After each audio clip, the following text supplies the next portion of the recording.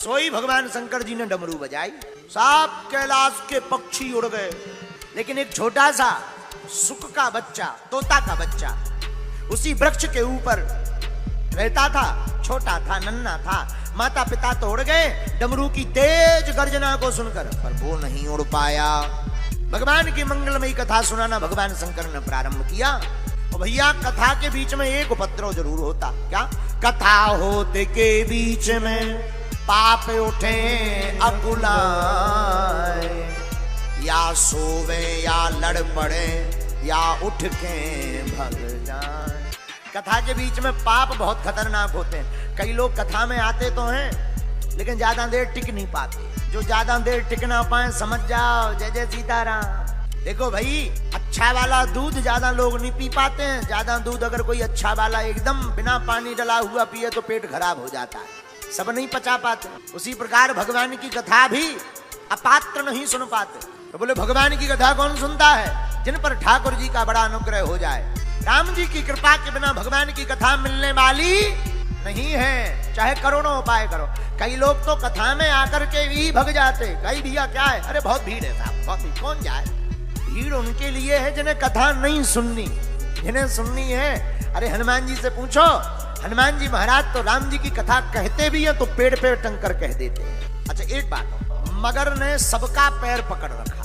शंकराचार्य का पैर भी मगर ने पकड़ा, हनुमान जी का पैर भी मगरिया ने पकड़ा, हाथी का पैर भी मगर ने पकड़ा, और तुम लोगों का, हम लोगों का पैर भी मगर पकड़ लेता है। अच्छा कैसे? जैसे कई लोग हैं उनसे कहो भाई कथा में नहीं गए, बागेश्वर वाले महाराज आए थे, अरे बोले जाना तो था मगर। और कई लोग तो ऐसा भी कह देते हम पहुंच भी गए थे तब तक मगर। एक तो बोले हम बैठ गए लेकिन मगर। इसका मतलब क्या हुआ?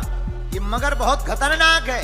मगर ने सबका पैर पकड़ रखा, लेकिन जो मगर को पैर की ठोकर मार करके आगे बढ़ जाता है तो भगवान की कथा के रस को पा जाता है। जब तक तुम्हारी जिंदगी रहेगी तब तक नौकरी, काम धाम, रुपया पैसा कहीं जाने वाला।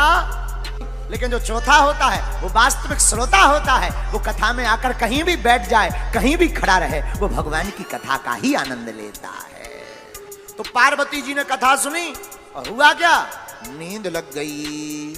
नींद लागी, शंकर जी सुनाते रहे, लेकिन जो तोता का बच्चा ऊपर पेड़ के ऊपर बैठा था वह तोता का बच्चा जवाब देने लगा। शंकर जी ने कथा पूर्ण की। पार्वती जी महाराज कथा सुनी? हाँ महाराज सुनी। अच्छा बताओ क्या क्या सुना? तो जहां तक सुनी थी वहां तक तो पार्वती माता जी ने ठीक बताई, फिर बताने लगी जबलपुर बनाकर। शंकर जी समझ गए साहब गड़बड़ है, देवी जी कहीं सो तो नहीं गई थी। तो धीरे से सिर हिला के तब थोड़ी सी नींद लग गई। लेकिन शंकर जी सोचने लगे भाई नींद लग गई थी, फिर हमारी कथा सुनी किसने, जवाब किसने दिया? ऊपर की तरफ देखा ध्यान करके, तोते का बच्चा।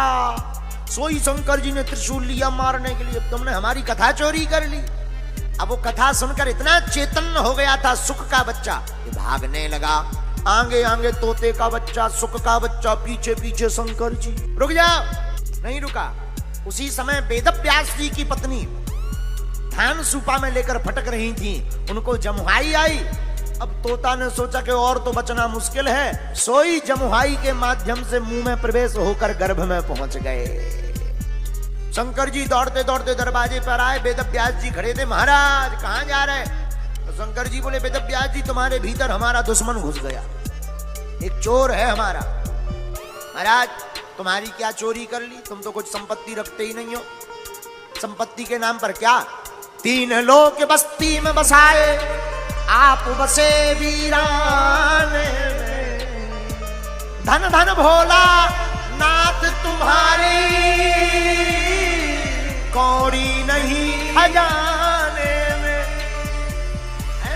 आपके यहाँ संपत्ति के नाम पर क्या है जो चोरी हो जाए? महाराज बोले हमारी संपत्ति चोरी नहीं हुई, कथा चोरी हुई। बोलो सीताराम।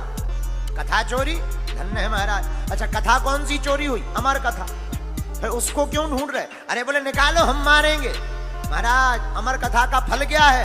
भाई अमर कथा का फल है कि जो अमर कथा सुनता है वो मरता नहीं। वेदव्यास जी बोले इसीलिए तुम्हारा नाम भोला है। बोले क्यों? बोले जब जिसने अमर कथा सुन ली, जब उसे मरना ही नहीं है तो तुम त्रिशूल लेकर घूम रहा है। शंकर जी को तब याद आया, अरे राम राम राम राम राम राम राम। कोई बात नहीं महाराज, अब ये तुम्हारी देवी जी के गर्भ में हो गया, जाओ। तोता को संस्कृत में कहते हैं सुख। यही तुम्हारे घर पर बालक बनकर आएंगे और तुम्हारी भागवत का प्रचार करेंगे। वही सुख सुखदेव बनकर के प्रकट भय हैं और इन्होंने ही भागवत का प्रचार किया है।